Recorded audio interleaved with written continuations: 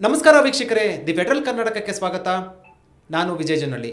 ಇವತ್ತಿನ ಪಾಡ್ಕಾಸ್ಟ್ನಲ್ಲಿ ನನ್ನ ಜೊತೆ ನನ್ನ ಸಹೋದ್ಯೋಗಿಯಾದಂಥ ಚಂದ್ರಪ್ಪ ಅವರು ಜಾಯ್ನ್ ಆಗಿದ್ದಾರೆ. ಸರ್ಕಾರಕ್ಕೆ 2.5 ವರ್ಷ ತುಂಬಿರುವಂಥದ್ದು. ನವೆಂಬರ್ 20ನೇ ತಾರೀಕಿಗೆ ಸರ್ಕಾರಕ್ಕೆ 2.5 ವರ್ಷ ಪೂರೈಸಿರುವಂಥದ್ದು. ಸರ್ಕಾರ ಅರ್ಧ ಪೂರೈಸಿರುವಂಥದ್ದು.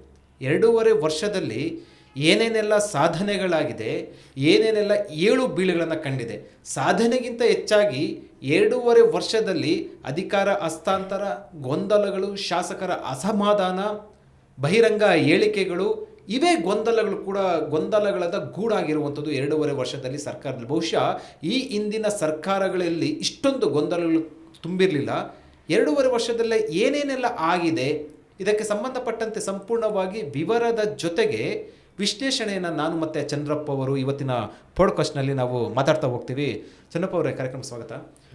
2.5 ವರ್ಷ ಇವತ್ತಿಗೆ ಸರ್ಕಾರ ಬಂದು 2.5 ವರ್ಷ ಆಯ್ತಾ ಅನ್ನುವಂಥ ರೀತಿಯಲ್ಲಿ ಹೊರಗಡೆ ಚರ್ಚೆ ಆಗ್ತಾ ಇರುವಂಥದ್ದು.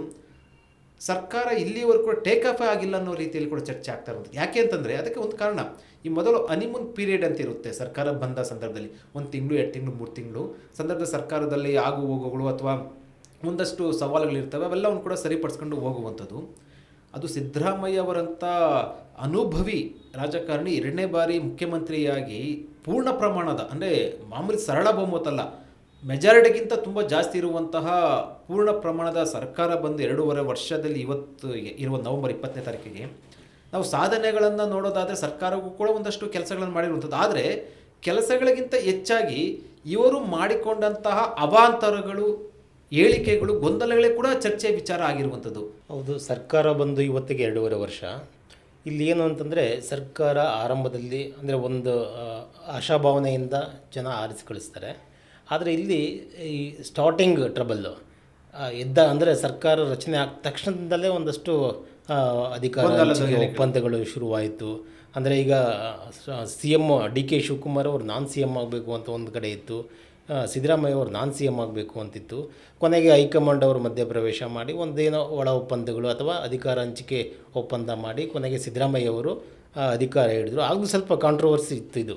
ಅಂದರೆ CM ಯಾರು ಆಗ್ತಾರೆ ಅಂದರೆ, ಈಗ ಎಲೆಕ್ಷನ್ನಲ್ಲಿ DK ಶಿವಕುಮಾರ್ ಅವರು ಸಿದ್ದರಾಮಯ್ಯ ಇಬ್ಬರು ಸಮಾನವಾಗಿ ಒಂದಷ್ಟು ಒಂದು ಚುನಾವಣಾ ರ್ಯಾಲಿಗಳನ್ನು ಮಾಡಿ ಅಂದರೆ ಒಳ್ಳೆ ಅಧಿಕಾರ ಬರೋದಕ್ಕೆ ಕಾರಣರಾಗಿದ್ದರು. ಹಂಗಾಗಿ ಅದೊಂದು ಚರ್ಚೆ ಅಲ್ಲಿಂದ ಶುರುವಾಯಿತು. ಅದಾದಮೇಲೆ ಸ್ಟಾರ್ಟಿಂಗಿಂದ ಒಂದಷ್ಟು ಆಶ್ವಾಸನೆಗಳು ಏನೇನು ಕೊಟ್ಟಿತ್ತು ಅದನ್ನೆಲ್ಲ ಈಡೇರಿಸ್ಕೊಂಡು ಬಂದರು. ಯಾವಾಗ ಸರ್ಕಾರಕ್ಕೆ 2 ವರ್ಷ ತುಂಬಿತು ಅಂದರೆ ತುಂಬಕ್ಕಿಂತ ಮುಂಚೆ ಡಿಸೆಂಬರ್ನಲ್ಲಿ 2024 ಡಿಸೆಂಬರಿಂದ ಶುರುವಾಯಿತು. ನೇರವಾಗಿ ಬಂದು DK ಶಿವಕುಮಾರ್ ಅವರು ಇದರ ಸರ್ಕಾರ ರಚನೆ ವೇಳೆ ಅಧಿಕಾರ ಹಂಚಿಕೆ ಒಪ್ಪಂದ ಆಗಿದೆ ಅಂತ ಯಾವಾಗ ಹೇಳಿದ್ರು, ಅಲ್ಲಿಂದ ಸಿದ್ದರಾಮಯ್ಯ ವರ್ಸಸ್ DK ಶಿವಕುಮಾರ್ ಅನ್ನೋ ರೀತಿ ಬಿಂಬಿಸಲ್ಪಡ್ತದ್ದು. ಆಗ ಸಿದ್ದರಾಮಯ್ಯ ಪರವಾಗಿರುವಂಥ ಅವರ ಆಪ್ತ ಸಚಿವರು, ಶಾಸಕರು ಮತ್ತು ಈ ಕಡೆ DK ಶಿವಕುಮಾರ್ ಅವ್ರ ಕಡೆ ಅಂತ ಇರೋ ಬೆಂಬಲಿಗರು ಎಲ್ಲ ಒಂಥರ ಆಪೋಸಿಟ್, ಅಂದರೆ ಒಂದೇ ಪಕ್ಷದಲ್ಲಿ ಆಂತರಿಕ ಕಚ್ಚಾಟಗಳು ತುಂಬ ಜೋರಾಗಿ ಕೇಳಿಬಂದವು. ಅದು ಬರ್ತಾ ಯಾವ ಮಟ್ಟಕ್ಕೆ ಅಂತಂದರೆ ಕ್ರಾಂತಿಗಳಿಗೆ ಹೋಯಿತು. ಕ್ರಾಂತಿಯಿಂದ ಮತ್ತು ನಾಯಕತ್ವ ಬದಲಾವಣೆ ಆಯಿತು. ಅದಕ್ಕೆ ಕೌಂಟ್ರ್ ಕೊಡಬೇಕು ಅಂದ್ಬಿಟ್ಟು KPCC ಅಧ್ಯಕ್ಷ ಸ್ಥಾನಕ್ಕೆ ಚೆಕ್ಮೇಟ್ ಅನ್ನೋ ಮಟ್ಟಕ್ಕೆ ಸಿದ್ದರಾಮಯ್ಯ ಬಣದವರು ಒಂದಷ್ಟು ಒತ್ತಡ ಹಾಕಿದ್ರು. ಇವೆಲ್ಲ ಏನು ಅಂದರೆ ಅದು ಇಷ್ಟೆಲ್ಲ ಒತ್ತಡಗಳಲ್ಲೂ ಒತ್ತಡ ತಂತ್ರಗಳನ್ನು ಅನುಸರಿಸ್ಕೊಂಡು ಈಗ 2 ವರ್ಷ ಮುಗಿದಿದೆ. ಆದರೆ ಭರವಸೆಗಳು ಎಷ್ಟು ಈಡೇರಿದ್ದಾವೆ ಅನ್ನೋದು ಸ್ವಲ್ಪ ಹಿಂದೆ ಸಿವಿಕ್ ಬೆಂಗಳೂರು ಸಂಘಟನೆ ಅವರು ಒಂದು ಅಧ್ಯಯನ ಮಾಡಿದಾಗ ಅದು ಒಂದಷ್ಟು ಜಗಜ್ಜಾಹೀರಾಯಿತು. ಅಂದರೆ 134 ಭರವಸೆಗಳಲ್ಲಿ ಕೇವಲ 6.7% ಮಾತ್ರ ಈಡೇರಿದೆ ಅನ್ನೋದು ಒಂಥರ, ಅದು ಎಲ್ರಿಗೂ ಅಷ್ಟೇ ಅಸಮಾಧಾನನೇ. ಅಂದರೆ ಅದು ನಿಮಗೆ ಸಿವಿಕ್ ಸೊಸೈಟಿ ಮಾಡಿರುವಂತಹ ಸಂಶೋಧನೆ, ರಿಸರ್ಚು ಕೇವಲ ಕಾಟಾಚಾರಕ್ಕೆ ಮಾಡಿರುವಂಥದ್ದಲ್ಲ, ಅವು ಅಧ್ಯಯನ ಮಾಡಿಕೊಟ್ಟಿರುವಂಥದ್ದು. ಸರ್ಕಾರದ ಆಡಳಿತ ವೈಖರಿಯನ್ನು ಅವರು ಕೈಗನ್ನಡಿ ರೂಪದಲ್ಲಿ ತೋರಿಸಿರುವಂಥದ್ದು. ಸೊ ಆ ವರದಿಯಲ್ಲಿ ಸಂಪೂರ್ಣವಾಗಿ ಹೇಳಿದರೆ ಇವರು ಕೊಟ್ಟಿರುವಂಥ ಆಶ್ವಾಸನೆಗಳಲ್ಲಿ ಈಡೇರಿಸಿಲ್ಲ ಮತ್ತು ಕೆಲವೇ ಪರ್ಸೆಂಟ್ ಮಾತ್ರ ಈಡೇರಿಕೆ ಆಗಿರುವಂಥದ್ದು ಅನ್ನೋಂಥದ್ದು ನಿಜ. ಅದೇನು ಅಂದರೆ ಈಗ ಬರೀ ಕಚ್ಚಾಟಗಳಲ್ಲೇ ಮುಳುಗೋಗಿದ್ದಾಗ, ಅಂದರೆ ಈಗ ಇವರು ಈ ಒಂದಷ್ಟು ಪ್ರಣಾಳಿಕೆಯ ಒಂದು ಜೀವಾಳ ಅಂದರೆ ಒಂದು ಪಂಚಭಾಗ್ಯಗಳನ್ನು ಗ್ಯಾರಂಟಿ ಯೋಜನೆ ಅನುಷ್ಠಾನ ಮಾಡಲೇಬೇಕಂತ ಅನಿವಾರ್ಯ ಇದೆ. ಯಾಕಂದ್ರೆ ಅದನ್ನ ಹೇಳ್ಕೊಂಡು ಅವ್ರು ಅಧಿಕಾರಕ್ಕೆ ಬಂದಿದ್ದು, ಅದು ಮಾಡಲೇಬೇಕಂತ ಅನಿವಾರ್ಯ. ಆ ಗ್ಯಾರಂಟಿ ಯೋಜನೆಗಳನ್ನು ಮಾಡಿ ಮತ್ತೊಂದಷ್ಟು ಸಂಕಷ್ಟಕ್ಕೆ ಸಿಲುಕಿರುವಂಥದ್ದು ಕೂಡ. ಹೌದು, ಏನಂದರೆ ಈ ಬರೀ 5 ಯೋಜನೆಗಳಿಗೆ ಹೆಚ್ಚು ಫೋಕಸ್ ಹೋಯಿತು. ಅನುದಾನ, ಶಾಸಕರಿಗೆ ಅನುದಾನ ಕಡಿಮೆ ಆಯಿತು, ಅಭಿವೃದ್ಧಿ ಕಡಿಮೆ ಆಯಿತು. ಮತ್ತು ಈ ಬೇರೆ ಬೇರೆ ಭರವಸೆಗಳು, ಅಂದರೆ ಈ ಪಂಚಭಾಗ್ಯಗಳು ಬಿಟ್ಟು ಬೇರೆ ಕೊಟ್ಟಂಥ ಭರವಸೆಗಳು, ಆ ಭರವಸೆಗಳು ಯಾವ ಕಡೆನೂ ಒಂದಷ್ಟು ಫೋಕಸ್ ಮಾಡೋಕ್ಕಾಗಲಿಲ್ಲ. ಯಾಕೆಂದರೆ ಹಣಕಾಸಿನ ವ್ಯವಸ್ಥೆಯನ್ನು ಕ್ರೋಢೀಕರಣ ಮಾಡಬೇಕಾಗುತ್ತೆ. ಈಗ ಪಂಚಭಾಗ್ಯಗಳಿಗೆ ಅಥವಾ ಈ ಗ್ಯಾರಂಟಿ ಯೋಜನೆಗಳಿಗೆ ಹಣಕಾಸಿನ ಒಂದು ಅನುದಾನ ಒದಗಿಸಬೇಕು ಅಂತಂದರೆ ಬೇರೆ ಬೇರೆ ಒಂದಷ್ಟು ಯೋಜನೆಗಳನ್ನು ಕಡಿತ ಮಾಡಬೇಕಾಯಿತು. ಅನುದಾನ ಕಡಿತ ಮಾಡಿ ಇದಕ್ಕೆ ಟರ್ನ್ ಮಾಡಬೇಕಾಯಿತು. ಹಿಂಗಾಗಿ ಬರೀ ಇದನ್ನು ಅಂದರೆ ಈ ಶಾಸಕರಲ್ಲಿ ಈ ಥರ ಅನುದಾನ ಕಡಿತ ಮಾಡುವಂಥದ್ದು, ಅಭಿವೃದ್ಧಿ ಆಗಿಲ್ಲ ಅನ್ನುವಂಥದ್ದನ್ನು, ರಸ್ತೆಗಳ ಅಭಿವೃದ್ಧಿ ಸೇರಿದಂತೆ ಟೋಟಲ್ ಬೇರೆ ಬೇರೆ ಅಭಿವೃದ್ಧಿಗಳಿಗೆ ಆಗ್ತಾ ಇಲ್ಲ ಅನ್ನೋದನ್ನು ಪ್ರತಿಪಕ್ಷಗಳು ಹೇಳಿದರೆ ಅದು ರಾಜಕಾರಣ ಅನ್ಬೋದಾಯಿತು. ಸ್ವಪಕ್ಷೀಯ ಆಡಳಿತದ ಶಾಸಕರೇ ಈ ಮಾತನ್ನು ಹೇಳುವಂಥ ಪರಿಸ್ಥಿತಿ ಬಂತು. ಆ ಮಾತನ್ನು ಬಹಿರಂಗವಾಗಿ ಹೇಳಿದ್ರು ಅಂದರೆ ಈ 2.5 ವರ್ಷದಲ್ಲಿ ಅಭಿವೃದ್ಧಿಗೆ ಪಂಚ ಗ್ಯಾರಂಟಿಗಳಿಂದ ಬ್ರೇಕ್ ಆಗ್ದಂಗೆ ಆಗಿದೆ ಅನ್ನೋದನ್ನು ಒಪ್ಕೊಳ್ಳೋಂಗಾಯಿತು. ಅಂದರೆ ನಾವು 2.5 ವರ್ಷದಲ್ಲಿ ನಾವು ಸಾಧನೆ ಮತ್ತು ಈ ಗೊಂದಲಗಳು ಮಾತಾಡ್ತಾ ಹೋಗೋದಾದರೆ ನೀವು ಹೇಳಿದ ರೀತಿಯಲ್ಲಿ ಒಂದು ಗ್ಯಾರಂಟಿ ಯೋಜನೆಗಳು ಒಂದು ಕಡೆ ಅನುಷ್ಠಾನ ಅನಿವಾರ್ಯವಾಗಿ ಮಾಡಲೇಬೇಕಾಯಿತು. ಅಭಿವೃದ್ಧಿ ವಿಚಾರಕ್ಕೆ ಸಂಬಂಧಪಡುತ್ತಾದರೆ ಶಾಸಕರ ಅಸಮಾಧಾನ ವ್ಯಕ್ತಪಡಿಸುವಂಥ ಪರಿಸ್ಥಿತಿಗೆ ಬಂದಿದೆ. ಸೊ ಆ ಹಿನ್ನೆಲೆಯಲ್ಲಿ ಸರ್ಕಾರ ಅಭಿವೃದ್ಧಿ ಮಾಡ್ತಾ ಇಲ್ಲ ಅನ್ನೋದನ್ನು ಒಪ್ಕೊಂಡಂಗಾಯಿತು. ಹೌದು, ಅದೇ ಈಗ ಸರ್ಕಾರ ಈಗ ಅವರು ಕೋಲ್ಕೊಟ್ಟು ಅವರು ಪಕ್ಷದ ನಾಯಕರ ಕಡೆಯೇ ಕೋಲ್ಕೊಟ್ಟು ಹೊಡೆಸ್ಕೊಳ್ಳೋ ಥರ ಆಯಿತು. ಈಗ ಸುಮಾರಷ್ಟು ಜನ ಒಂದು ಮಾಮೂಲಿ BJP ಸರ್ಕಾರ ಇದ್ದಾಗ ಅಥವಾ ಕಾಂಗ್ರೆಸ್ ಸರ್ಕಾರ ಇದ್ದಾಗ ಎದುರಾಳಿ ಶಾಸಕರಿಗೆ ಅನುದಾನ ಕಡಿಮೆ ಕೊಡೋದು ಇವೆಲ್ಲ ಸಹಜ ಪ್ರಕ್ರಿಯೆಗಳು. ಆದರೆ ಇಲ್ಲಿ ಸ್ವಪಕ್ಷೀಯ ಶಾಸಕರಿಗೆ ಅನುದಾನ ಕೊಡ್ತಿರಲಿಲ್ಲ. ಇದರ ವಿರುದ್ಧ ಬಂಡೇಳಬೇಕಾಯಿತು. ಅವರು ಬಂಡೆದ್ದು ಶಾಸಕಾಂಗ ಪಕ್ಷದ ಸಭೆಯಲ್ಲಿ ಬಹಿರಂಗ ಮಾತಾಡಿ ಸಹಿ ಹಾಕಿ ಅನುದಾನ ಸಿಗ್ತಾ ಇಲ್ಲ ಅನ್ನೋದು ರಾಜೀನಾಮೆ ಕೊಡುವ ಮಟ್ಟಕ್ಕೆ ಹೋಗುವಂಥದ್ದು ಇವೆಲ್ಲವೂ ಕೂಡ ನಡೆದಿರುವಂಥ ಪ್ರಸಂಗಗಳು. ಹೌದು, ಈ ಥರದ ಬೆದರಿಕೆ ತಂತ್ರಗಳನ್ನೆಲ್ಲ ಹಾಕಿದ್ರು. ಅಂದರೆ ಅದು ಈಸಿಯಾಗಿ ಗೊತ್ತಾಯಿತು, ಸೊಸೈಟಿ ಗೊತ್ತಾಗುತ್ತೆ. ಅಂದರೆ ಸರ್ಕಾರ ಯಾವ ದಿಕ್ಕಿನಲ್ಲಿ ನಡೀತಾ ಇದೆ ಅನ್ನೋದು. ಪ್ರತಿಪಕ್ಷಗಳು ಅದು ಮಾಮೂಲಿಯಾಗಿ ಅದನ್ನು ಟೀಕೆಗಳನ್ನು ಮಾಡ್ತಾ ಇದ್ದಾರೆ. ಅದನ್ನು ಈಗೇನಾಯಿತು ಅಂದರೆ ಇಷ್ಟು ಈ ಕಚ್ಚಾಟಗಳು ಒಂದು ಕಡೆ ಆದರೆ, ಮತ್ತು ಈ ಕಡೆ ಈ ನಾಯಕತ್ವದ್ದು CM ಸ್ಥಾನದ ವಿಚಾರವಾಗಿ 2 ವರ್ಷ ಕಂಪ್ಲೀಟ್ ಆಯಿತು. ಇನ್ನೇನು 2.5 ವರ್ಷಕ್ಕೆ ಅಂದರೆ ಹಿಂದೆ ನಡೆದಿತ್ತು ಅನ್ನೋ ಒಪ್ಪಂದದ ಪ್ರಕಾರ 2.5 ವರ್ಷಕ್ಕೆ ಸಿದ್ದರಾಮಯ್ಯ ಅವರು ಮುಖ್ಯಮಂತ್ರಿ, ಇನ್ನು ಉಳಿದ ಅವಧಿಗೆ DK ಶಿವಕುಮಾರ್ ಮುಖ್ಯಮಂತ್ರಿ ಆಗಬೇಕು ಅನ್ನೋದು ನಡೆದಿತ್ತು ಅಂತ ಒಂದು ಮಾತುಗಳದು. ಅದು ಯಾರು ನಿಖರವಾಗಿ ಹೈಕಮಾಂಡ್ ಕೂಡ ಹೇಳಲಿಲ್ಲ. ಮತ್ತು ಅದು ಕಾಂಗ್ರೆಸ್ನಲ್ಲಿ ನಿಮಗೆ ಅಧಿಕಾರ ಹಂಚಿಕೆ ಇವೆಲ್ಲವೂ ಕೂಡ ಪ್ರತಿಪಕ್ಷಗಳಿಂದ ಹೆಚ್ಚಾಗಿ ಆಡಳಿತ ಪಕ್ಷ ಶಾಸಕರೇ ಮಾತಾಡ್ತಾ ಇರುವಂಥದ್ದು. DK ಶಿವಕುಮಾರ್ ಬೆಂಬಲಿಗರು ಅಧಿಕಾರ ಹಸ್ತಾಂತರ ಮಾಡಬೇಕು, 2 ವರ್ಷ ಅಂತ CM ಆಗಬೇಕು ಅಂತ ಅವ್ರ ಪಕ್ಷದ ಹೇಳ್ತಾ ಇರುವಂಥದ್ದು. ಈ ಕಡೆ ಸಿದ್ದರಾಮಯ್ಯ ಬೆಂಬಲಿಗರು ಇಲ್ಲ ಅಂತ ಹೇಳ್ತಾ ಇರುವಂಥದ್ದು. ಹೈಕಮಾಂಡ್ ಬಂದು ಕಡಿವಾಣ ಆಗ್ತಾ ಇರುವಂಥದ್ದು. ಅಂದರೆ ಪಕ್ಷದಲ್ಲಿ 2.5 ವರ್ಷದಲ್ಲಿ ಅಧಿಕಾರ ಹಸ್ತಾಂತರ ಆಗಿದೆಯೋ ಬಿಟ್ಟಿದೆಯೋ ಅದು ಪಕ್ಷಕ್ಕೆ ಬಿಟ್ಟಿರೋ ವಿಚಾರ. ಆದರೆ ಆ ವಿಚಾರ ಏನಿದೆಯಲ್ಲ ಅದು ಕಾಂಗ್ರೆಸ್ ಪಕ್ಷದಲ್ಲಿ ಬಹಿರಂಗವಾಗಿ ಹೇಳಿಕೆ ಕೊಡುವ ಮೂಲಕ ಪಕ್ಷದಲ್ಲಿ ಗೊಂದಲದ ವಾತಾವರಣ ಸೃಷ್ಟಿಯಾಗಿರುವಂಥದ್ದು. ಈ ಕ್ಷಣ ಇವತ್ತು 2.5 ವರ್ಷ ತುಂಬಿರುವಂಥದ್ದು ಈಗಲೂ ಕೂಡ ಅದೇ ಮಾತನ್ನು ಕೂಡ ಆಗ್ತಾ ಇರುವಂಥದ್ದು. ಹೌದು, ಅದೇನು ಅಂದರೆ ಪ್ರತಿ ಬಾರಿ ಈಗ DK ಶಿವಕುಮಾರ್ ಅವರು ಬಣದ ಒಂದು ಬೆಂಬಲಿಗರು ಏನಾದರೂ ಅಧಿಕಾರ ಹಸ್ತಾಂತರ ಆಗಬೇಕು ಅಂತ ಪ್ರಸ್ತಾಪ ಮಾಡಿದಾಗೆಲ್ಲನೂ ಸಿದ್ದರಾಮಯ್ಯ ಅವರ ಆಪ್ತರು, ಅವರ ಬೆಂಬಲಿಗರು ಏನಿದ್ರು ಅವರು ಬೇರೆ ಒಂದು ದಾಳ ಹೊರಳಿಸೋದು. ಇದು ಯಾವ ಮಟ್ಟಕ್ಕೆ ಅಂತಂದರೆ ಈ ಒಂಥರ ಹೈಕಮಾಂಡ್ಗೂ ತಲೆನೋವಾಗಿತ್ತು. ಅಂದರೆ ಅಟ್ಲೀಸ್ಟ್ ಹೈಕಮಾಂಡು ಈ ರಾಜ್ಯ ನಾಯಕತ್ವದಲ್ಲಿ ಇರೋ ಗೊಂದಲಗಳನ್ನು ನಿವಾರಣೆ ಮಾಡಬೇಕು ಅನ್ನೋ ಪ್ರಯತ್ನಗಳು ಸಾಕಷ್ಟು ಪಟ್ಟಿದ್ರೂ ಅಧಿಕಾರ ಹಂಚಿಕೆ ಒಪ್ಪಂದದ ಬಗ್ಗೆ ಎಲ್ಲೂ ಮಾತು ಅಂದರೆ ಗುಟ್ಟು ಬಿಟ್ಕೊಟ್ಟಿಲ್ಲ. ನಡೆದಿದೆಯೋ ನಡೆದಿಲ್ವೋ ಅನ್ನೋದು ಯಾವುದೂ ಇಲ್ಲ. ಹಂಗಾಗಿ ಇದು ಈ ಪ್ರೋಸೆಸ್ಸು ಅಂದರೆ ಹಂತವಾಗಿ ಚಾಲ್ತಿಯಲ್ಲೇ ಇದೆ. ಅದು ಅದರ ಜೊತೆಗೆ ಒಂದು ಅಧಿಕಾರ ಹಸ್ತಾಂತರ ಮತ್ತು ನಾಯಕತ್ವ ಗೊಂದಲ ಅದು ಒಂದು ಭಾಗ ಆದರೆ, ಮತ್ತು ಅದಕ್ಕೆ ಪೂರಕವಾಗಿ ಇವತ್ತು ಕೂಡ DK ಸುರೇಶ್ ಹೇಳಿರುವಂಥದ್ದು, ಇವತ್ತು 2 ವರ್ಷ ತುಂಬಿದ ಹಿನ್ನೆಲೆಯಲ್ಲಿ ಮುಖ್ಯಮಂತ್ರಿಗಳು ಮಾತಿಗೆ ತಕ್ಕಂಗೆ ನಡ್ಕೊಳ್ತಾರೆ ಅಂತ ಹೇಳುವ ಮೂಲಕ ಮತ್ತೆ ಏನಂತಂದರೆ ಮತ್ತೆ ಒಂದಷ್ಟು ಗೊಂದಲ ಕ್ರಿಯೇಟ್ ಮಾಡಿದ್ದು ಅದೊಂದು ಭಾಗ. ಮತ್ತು ಕೇವಲ ಅಧಿಕಾರ ಹಸ್ತಾಂತರ ಒಂದೇ ಅಥವಾ ನಾಯಕತ್ವ ಬದಲಾವಣೆ ಒಂದೇ ವಿಚಾರ ಏನಾದರೂ ಕೂಡ ಚರ್ಚೆ ಆಗಿದ್ದರೆ ಬಿಡಿ ಅದು ರಾಜಕೀಯ ವಿಚಾರ ಅಂತ ಹೇಳ್ಬೋದಾಯಿತು. ಅದರ ಜೊತೆಗೆ 2.5 ವರ್ಷದಲ್ಲಿ ಕೇವಲ ಅದೊಂದೇ ಅಧಿಕಾರ ಹಸ್ತಾಂತರ ಒಂದೇ ಅಲ್ಲ, ಸಾಕಷ್ಟು ಹಗರಣಗಳು ಸಂಬಂಧಪಟ್ಟಂತೆ ಸರ್ಕಾರದ ಮೇಲೆ ಕೆಟ್ಟ ಹೆಸರು ಬಂತು.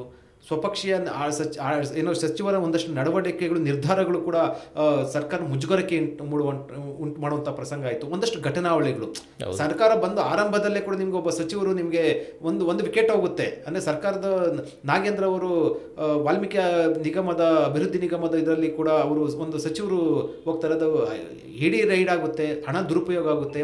ಅದೇ ರೀತಿ ಬೋವಿ ಅಭಿವೃದ್ಧಿ ನಿಗಮದಲ್ಲಿ ಹಣದ ದುರುಪಯೋಗ ಸಂಬಂಧಪಟ್ಟಂತೆ ಬರುವಂಥದ್ದು.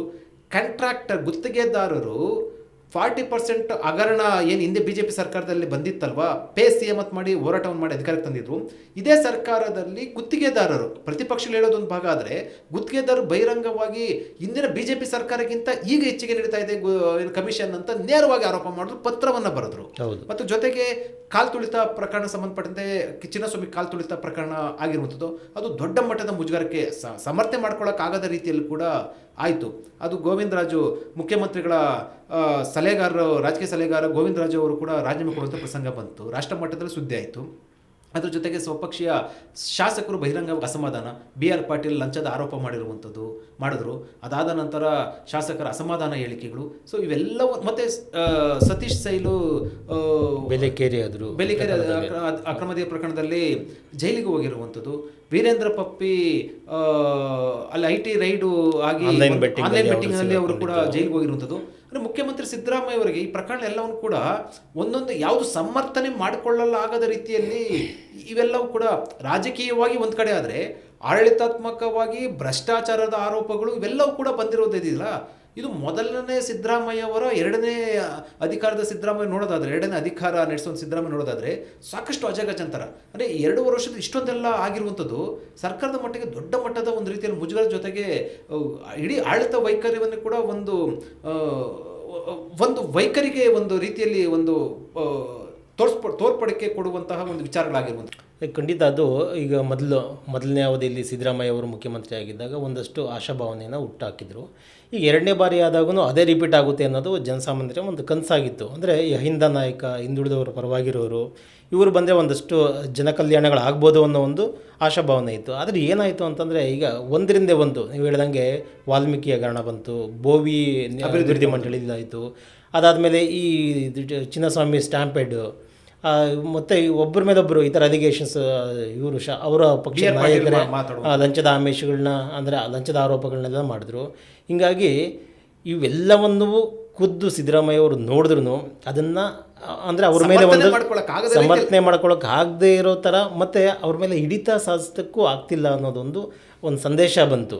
ಅಂದರೆ ಈ ಸುಮಾರು ಜನ ಏನು ಅಂದ್ಕೊಂಡಿದ್ರು, ಸಿದ್ದರಾಮಯ್ಯ ಬಂದರೆ ಏನೋ ಒಂದು ಒಳ್ಳೆ ಆಡಳಿತ ಕೊಡ್ತಾರೆ ಅನ್ನೋ ಒಂದು ಭರವಸೆ ಇತ್ತು. ಆದರೆ ಈ ಎಲ್ಲ ಪ್ರಕರಣಗಳು ಒಂದರಿಂದ ಒಂದು ಬಂದಾದ ಮೇಲೆ ಅದು ಅಟ್ಟರ್ ಫ್ಲಾಪ್ ಆಗ್ಬಿಡ್ತು. ಅಂದರೆ ತುಂಬ ನಿರಾಶೆ ಆಗಿದೆ. ಸಿದ್ದರಾಮಯ್ಯ ಅವರು ಇಂಥ ಆಡಳಿತ ನಡೆಸ್ತಾ ಇದ್ದಾರಾ, ಅದು ಸಿದ್ದರಾಮಯ್ಯ ಅಂತ ಕಾಲದಲ್ಲಿ ಆಡಳಿತದಲ್ಲಿ ಈ ರೀತಿ ಆಗ್ತಾ ಇದೆಯಾ ಅನ್ನುವಂತಹ ಪ್ರಶ್ನೆಗಳು ಸಾರ್ವಜನಿಕ ವಲಯದಲ್ಲಿ ಮೂಡ್ತು. ಅದಕ್ಕೆ ಕಾರಣ ಏನಂತಂದರೆ, ಒಂದು ಇವೆಲ್ಲವೂ ಕೂಡ ಆರೋಪಗಳು ಮತ್ತೊಂದು ಎಲ್ಲ ಬಂದಂಥ ಸಂದರ್ಭದಲ್ಲಿ ಅದನ್ನು ನಿಭಾಯಿಸಿದ ರೀತಿ ಏನಿದೆಯಲ್ಲ ಅದು ಯಾರಿಗೂ ಕೂಡ ನಿಮಗೆ ಮೆಚ್ಚುಗೆ ಕಾಣಲಿಲ್ಲ.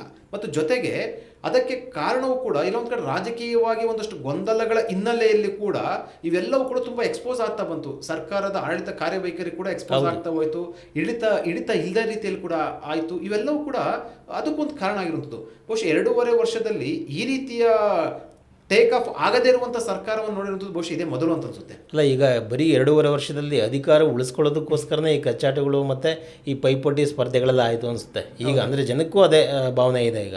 ಏನಂದರೆ ಈ ಒಬ್ಬ ಮುಖ್ಯಮಂತ್ರಿ ಸಿದ್ದರಾಮಯ್ಯನವರು 17 ಬಾರಿ ಬಜೆಟ್ ಮಂಡನೆ ಮಾಡಿರೋದು, ಒಳ್ಳೆ ಅನುಭವಿ ರಾಜಕಾರಣಿ, ಈ ಥರದ್ದೆಲ್ಲ ಬೇರೆ ಬೇರೆ ಎಲ್ಲನೂ ಅವ್ರಿಗೆ ಒಂದಷ್ಟು ಸಮರ್ಥರು ಅನ್ನೋ ಒಂದು ಅಭಿಪ್ರಾಯ ಇದೆ. ಆದರೆ ತಮ್ಮ ಪಕ್ಷದಲ್ಲೇ ತಮ್ಮ ನೇತೃತ್ವದ ಸರ್ಕಾರದಲ್ಲೇ ಇಷ್ಟೆಲ್ಲ ವೈಫಲ್ಯಗಳ ಕಂಡ್ರೂ ಮತ್ತು ಇಷ್ಟು ನಾಯಕತ್ವ ಬದಲಾವಣೆಗೆ ಕಚ್ಚಾಟಗಳು ಪರಸ್ಪರ ಅಂದರೆ ಈ ಕ್ಯಾಬಿನೆಟ್ ಮೇಲೆ ಸ್ವತಃ CM ಅವರಿಗೆ ಇಡ್ತಾ ಇಲ್ಲ ಅನ್ನೋದು ತುಂಬ ಜಗಜ್ಜಾಹೀರಾಗ್ಬಿಡ್ತು.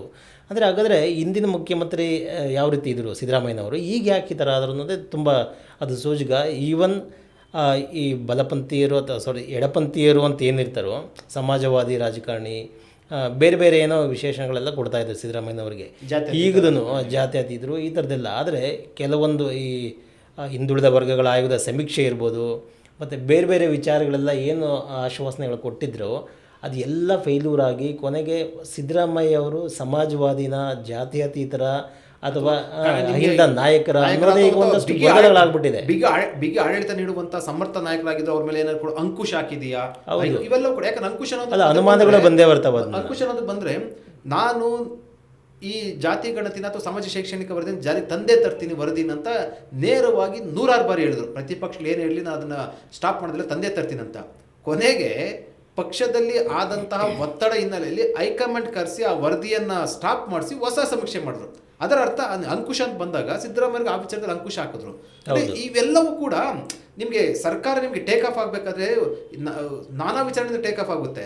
ಆದರೆ ಒಂದಷ್ಟು ಅಸಮಾಧಾನಗಳು ಅಥವಾ ಒಂದಷ್ಟು ವಿವಾದಗಳು, ಒಂದಷ್ಟು ಚರ್ಚೆ ವಿಚಾರಗಳು ಬಂದಂಥ ಸಂದರ್ಭದಲ್ಲಿ ಈ ಟೇಕ್ ಆಫ್ ಆಗಿರೋದು ಅಥವಾ ಏನೇನು ಒಳ್ಳೊಳ್ಳೆ ಅಂಶ ಇರುತ್ತಲ್ವಾ ಅದೆಲ್ಲವೂ ಕೂಡ ಮಸಿ ಬಳಿಯುವಂಥ ರೀತಿಯಲ್ಲಿ ಕೂಡ ಈ ವಿಚಾರಗಳು ಕೂಡ ಬರುತ್ತೆ. ಎರಡನ್ನೂ ನೀವು ತಟ್ಟೆಯಲ್ಲಿ ಹಾಕಿ ನೋಡಿದ್ರೆ ಯಾವುದು ಹೆಚ್ಚು ಯಾವುದು ಕಡಿಮೆ ಅಂತ ನೋಡೋದಾದರೆ ನಿಮಗೆ ಬರೀ ವಿವಾದಗಳು, ಹೇಳಿಕೆಗಳು, ಅಸಮಾಧಾನಗಳು ಇವೇ ಕೂಡ ನಿಮ್ಗೆ ಜಾಸ್ತಿ ಕಾಣ್ತಾ ಇರುವಂಥದ್ದು. ಅದರ ಅರ್ಥ 2.5 ವರ್ಷದಲ್ಲಿ ಬರೀ ಇವೇ ಆಗೋದ್ವು ಅನ್ನುವಂಥದ್ದು.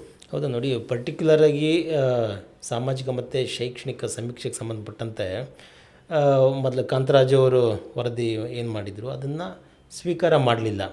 ಅದಾದಮೇಲೆ ಜಯಪ್ರಕಾಶ್ ಹೆಗಡೆ ಅವರು ಬಂದರು, ಅದನ್ನು ಸ್ವೀಕಾರ ಮಾಡಲಿಲ್ಲ. ಅಂದರೆ ಬೇಕು ಅಂತಲೇ ಸಿದ್ದರಾಮಯ್ಯ ಅವರು ಅದನ್ನು ವಿಳಂಬ ಮಾಡಿದ್ರು. ಹಾಗಾಗಿ ಯಾವ ಮಟ್ಟಕ್ಕೆ ಸಾಮಾಜಿಕ ಜಾಲತಾಣಗಳಲ್ಲಿ ಇದು ಚರ್ಚೆ ಆಯಿತು ಅಂತಂದರೆ, ಸಿದ್ದರಾಮಯ್ಯ ಸರ್ಕಾರ ಬರೀ ಹಣಕಾಸನ್ನ ದುರುಪಯೋಗ ಮಾಡಿಕೊಂಡು ಯಾವುದೋ ವರದಿ, ಯೋಜನೆ ಈ ಥರದ್ದನ್ನು ಎಸೆಳ್ಕೊಂಡು ಅದರಲ್ಲಿ ಹಣ ದುರುಪಯೋಗ ಮಾಡ್ತಿದ್ದಾರೆ ಅನ್ನೋ ಆರೋಪಗಳು, ತುಂಬ ಆರೋಪಗಳು ಎಲ್ಲ ಕಡೆಯಿಂದಲೂ ಕೇಳಿಬರ್ತಾ ಇದ್ದಾವೆ. ಅದಕ್ಕೆ ತಕ್ಕಂಗೆ ಸರ್ಕಾರನೂ ಕೂಡ ಈ ಥರದ್ದು ಸರ್ಕಾರನೂ ಕೂಡ ಅಂದರೆ ಯಾವುದೇ ಒಂದು ವಿವಾದ ಅಥವಾ ಯೋಜನೆ ಅಥವಾ ಸಮೀಕ್ಷೆಗಳನ್ನು ತಾರ್ಕಿಕ ಅಂತ್ಯ ಮುಟ್ಟಿಸ್ತಾ ಇಲ್ಲ.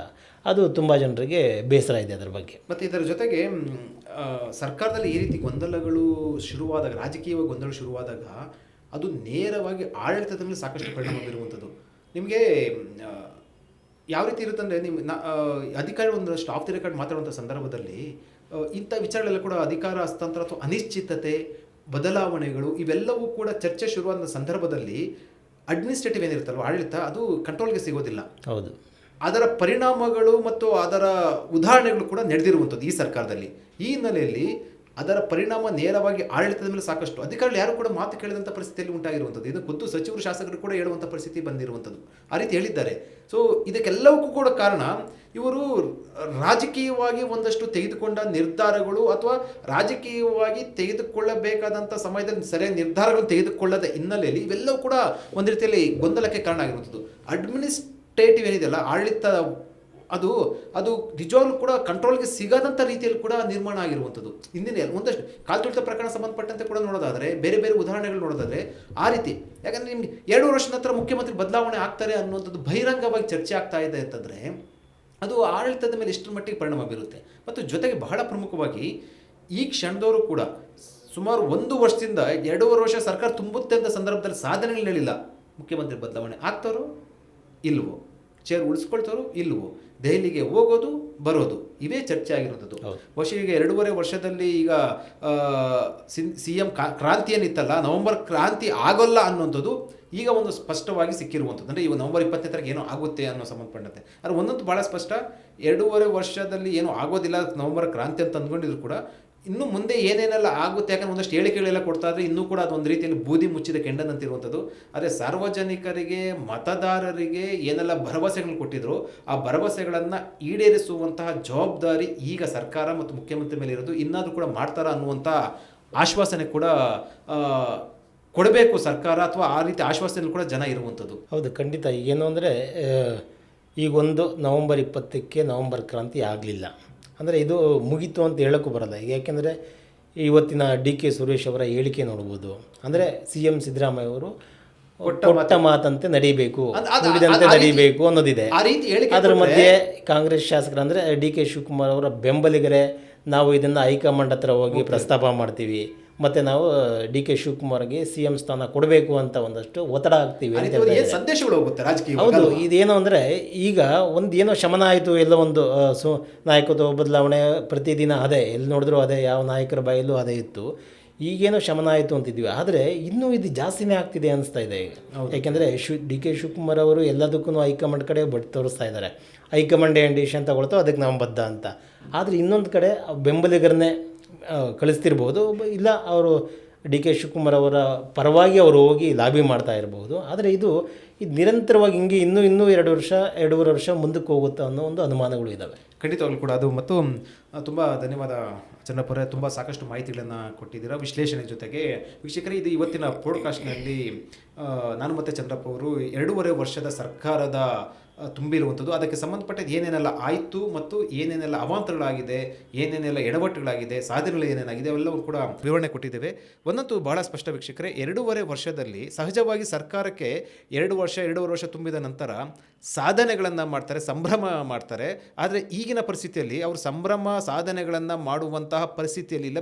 ಕೇವಲ ರಾಜಕೀಯವಾಗಿ ಚರ್ಚೆಗಳು ಶುರುವಾಗಿರೋದು. ಮತ್ತು 2 ಪಟ್ಟಿಯನ್ನು ನೋಡೋದಾದರೆ ನೀವು ಜನಸಾಮಾನ್ಯರಿಗೆ ಹಿಡಿದು ಯಾರನ್ನೇ ಕೂಡ ಕೇಳಿದ್ರು ಕೂಡ ಸರ್ಕಾರದಲ್ಲಿ ಸಾಧನೆಗಳು ಮತ್ತು ಗೊಂದಲಗಳು, ಹೇಳಿಕೆಗಳನ್ನು ನಾವು 2 ಪಟ್ಟಿ ಮಾಡೋದಾದರೆ, ಪಟ್ಟಿ ಜಾಸ್ತಿ ದೊಡ್ಡದಾಗಿ ಬೆಳೆಯುವಂಥದ್ದು ಗೊಂದಲಗಳು, ಹೇಳಿಕೆಗಳು, ಎಡವಟ್ಟುಗಳು, ಹಗರಣಗಳು, ಭ್ರಷ್ಟಾಚಾರದ ಆರೋಪಗಳು, ಇವೆಲ್ಲವೂ ಕೂಡ ಸಹಜವಾಗಿ ಯಾವುದೇ ಸರ್ಕಾರದ ಮೇಲೆ ಕೂಡ ಭ್ರಷ್ಟಾಚಾರ ಆರೋಪಗಳು ಅಥವಾ ಗೊಂದಲಗಳು ನಡೆಯುತ್ತೆ. ಆದರೆ ಹೆಚ್ಚಾಗಿ ಇವೇ ಕೂಡ ಈಗ ಕೇಳಿ ಬರ್ತಾ ಇರುವಂಥದ್ದು. ಇದು ನಿಜಕ್ಕೂ ಕೂಡ ದುರಂತನೂ ಕೂಡ. ಯಾಕಂದರೆ 134, 38, 140 ಶಾಸಕರನ್ನು ಕೊಟ್ಟಂತಹ ಸರ್ಕಾರಕ್ಕೆ ಈ ರೀತಿಯ ಪರಿಸ್ಥಿತಿ ಬಂದಿದೆಯಾ ಕೂಡ ಒಂದಷ್ಟು ಚರ್ಚೆಯ ವಿಚಾರ ಆಗಿರುವಂಥದ್ದು.